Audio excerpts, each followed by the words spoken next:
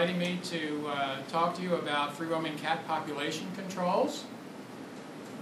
Thanks to the animal control officers and the planning and development. And the city of Greenbelt is certainly one of the most forward-thinking and creative municipalities around, because you get the gold star in that area. My name is Tim Saffell, and I'm a volunteer for Prince George's Feral Friends SPCA. We're a non-profit organization. We've been around for almost 10 years. We started in '98 doing some work informally, and then we got our corporate status and then a non-profit determination in about the year 2000. So about 10 years old. I'd like to tell you a couple of things about what our organization does, so that you know better what we're all about. We started because there were 4 of us who were concerned about the treatment of homeless cats. And as we learned more about the situation in the county, we found out there's a relationship between domestic violence and animal cruelty. And in fact, the American Humane Association has a vast program. One of their data sheets is over here. They have about a dozen of them that tries to explain what they call the link between domestic violence and animal cruelty. And if you think about it, when you hear about something like the Columbine incident, where you have a teenager who takes a firearm and kills a mass of his classmates, when you look back into their background, you often find that there's a history of animal cruelty.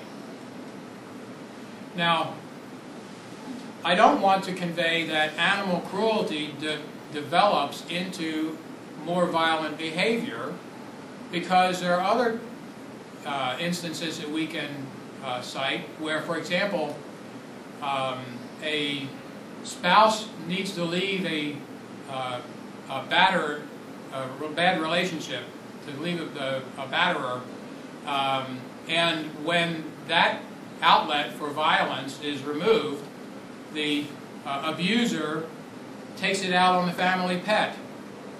So it can go either way. And what we feel, actually, is that we have one problem here, not 2 problems, animal cruelty and domestic violence, that are somehow related, but really one problem, and that is the lack of respect for living creatures, which manifests itself in whichever way the opportunity presents.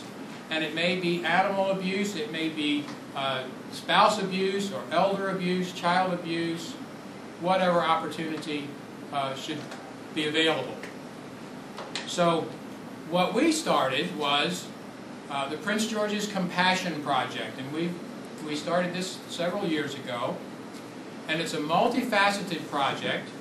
We're doing several things simultaneously to try to short-circuit this cycle, because the flip side of this rule is not only does cruelty or violence manifest itself in multiple different ways, but a child, for example, who has grown up with a responsibility for a companion animal, or even a little brother or sister, tends to be less likely to engage in violent behavior later on in life. So we're trying to make use of this principle to short-circuit this cycle of domestic violence, animal cruelty, and so forth. So our Compassion Project consists of multiple facets, like I said. One is, a very simple one, a humane approach to dealing with feral cats, homeless cats. And that's what we're going to talk about today. But some other things that we do is we try to train our children in the K through 6 age grades by providing humane education materials in their classroom. And one of our flyers is the Adopt a Classroom flyer that you can pick up out here or find on our website. It allows a person to sponsor a classroom for a whole year. 32 copies of the Kind News newsletter is distributed to the class every month for the entire academic year, 9 times. The teacher gets teaching aids and downloadable lesson plans and so forth as a part of that sponsorship. Along with our feral cat humane treatment program, we sponsored last year the Feral Cat Summit. This is the first ever Feral Cat Summit in Prince George's County, and we're talking about doing it again this year because it was a good success last year. We had Nancy Peterson from the Humane Society of the United States, Ken Shapiro from the Animals and Society Institute, Joan Schaffner from Georgetown Law School, and so forth. Some good speakers. And we have other programs, many programs that produce, or let's say promote, the human-animal bond, particularly in the child-pet relationship, to thwart this cycle of animal cruelty and domestic violence. Now, the part that we came to talk about today was free-roaming cat population control, and I'm betting that somebody here has seen a free-roaming cat. Not surprised, because it's a little known secret, but they're everywhere.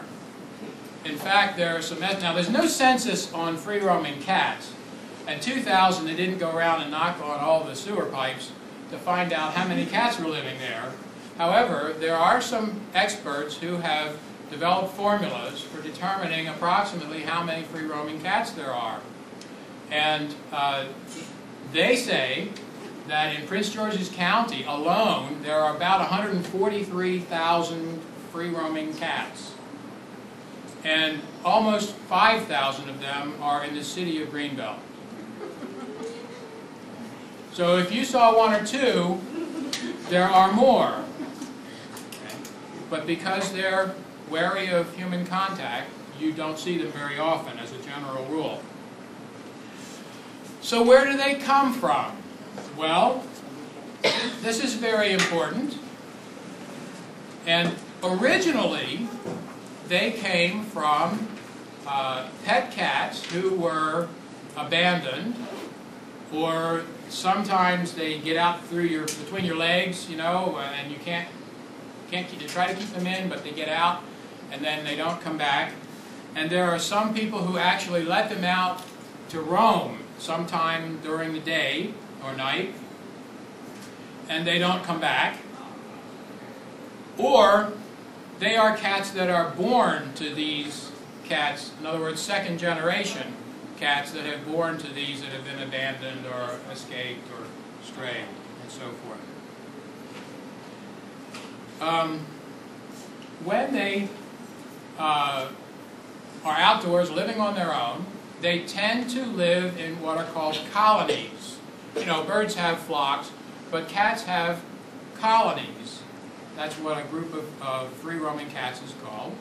And the group tends to structure itself in a matriarchal, as a matriarchal society. In other words, there are one or two females that are in charge, and they're doing the reproduction and so forth.